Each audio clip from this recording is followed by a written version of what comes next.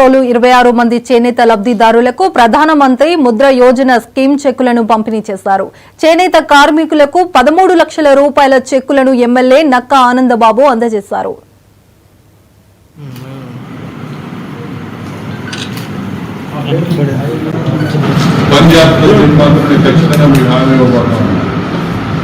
ఎందుకంటే గతంలో కూడా మరి ఈ వర్గాల సంక్షేమానికి చంద్రబాబు నాయుడు గారు ఎన్నో రకాలుగా తోడ్పాటు అందించిన విషయం మీకు తెలుసు.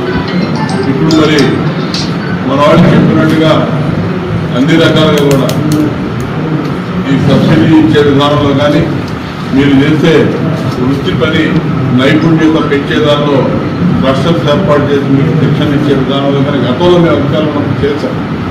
ఈ క్లస్టర్ నిర్మాణం కూడా ఆ రోజు శాంక్షన్ కూడా చేసి తర్వాత ఎన్నికలు వచ్చి ఆ కార్యక్రమం కూడా పుట్టుబడిపోయింది. జగన్మోహన్ రెడ్డి 5 సంవత్సరాల కాలంలో పూర్తిగా విస్మరించాడు ఈ వర్గం యొక్క సంక్షేమాన్ని.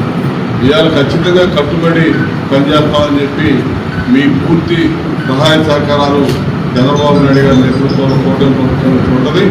నేను ముఖ్యంగా మరి మీకు అంత సుఖాలు చేసినటువంటి వ్యక్తిగా 3 సార్లు.